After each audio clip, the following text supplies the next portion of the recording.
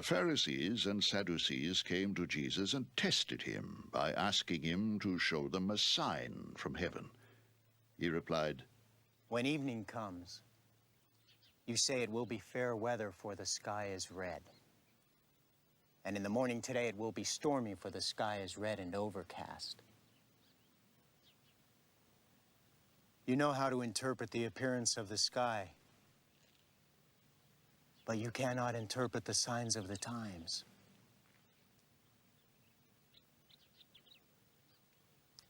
A wicked and adulterous generation looks for a miraculous sign, but none will be given it.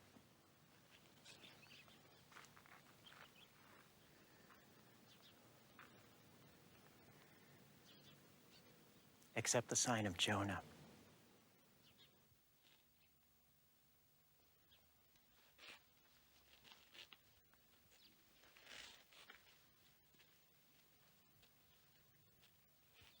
Jesus then left them and went away.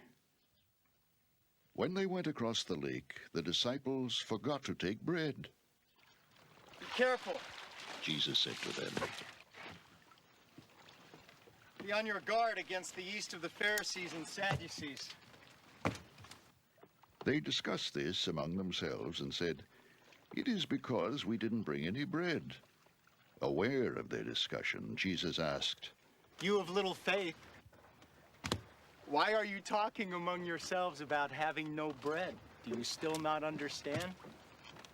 Don't you remember the 5 loaves for the 5,000 and how many basketfuls you gathered, or the 7 loaves for the 4,000 and how many basketfuls you gathered? How is it you don't understand that I was not talking to you about bread?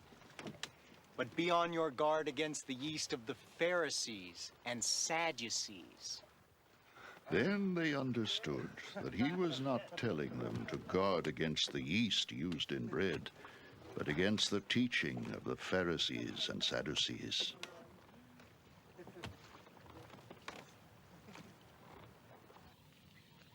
When Jesus came to the region of Caesarea Philippi, he asked his disciples. "Who do people say the Son of Man is?" They replied, "Some say John the Baptist, others say Elijah, and still others, Jeremiah or one of the prophets."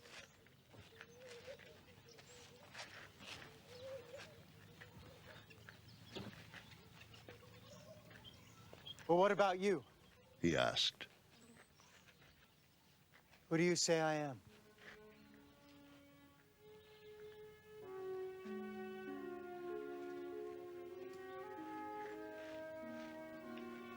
Simon Peter answered, "You're the Christ, the Son of the living God."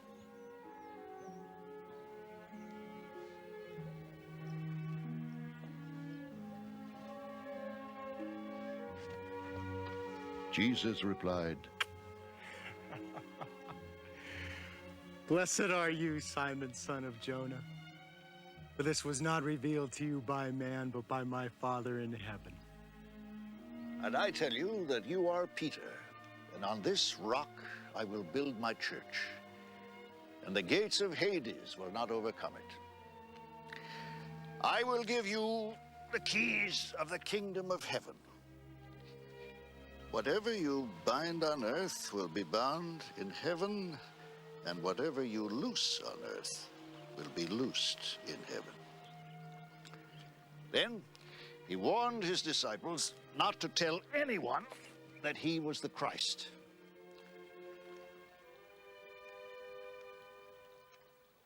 From that time on, Jesus began to explain to his disciples that he must go to Jerusalem and suffer many things at the hands of the elders, chief priests, and teachers of the law, and that he must be killed, and on the 3rd day be raised to life. Peter took him aside and began to rebuke him. "Never, Lord. He said, This shall never happen to you." Jesus turned and said to Peter, "Get behind me, Satan."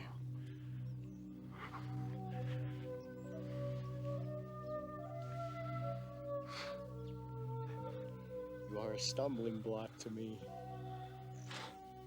You do not have in mind the things of God, but the things of men.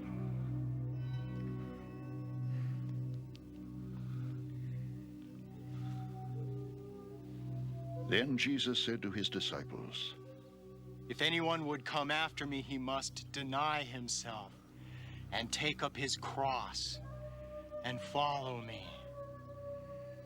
For whoever wants to save his life will lose it. But whoever loses his life for me will find it. What good will it be for a man if he gains the whole world, yet forfeits his soul? Or what can a man give in exchange for his soul? For the Son of Man is going to come in his Father's glory with his angels, and then he will reward each person according to what he has done.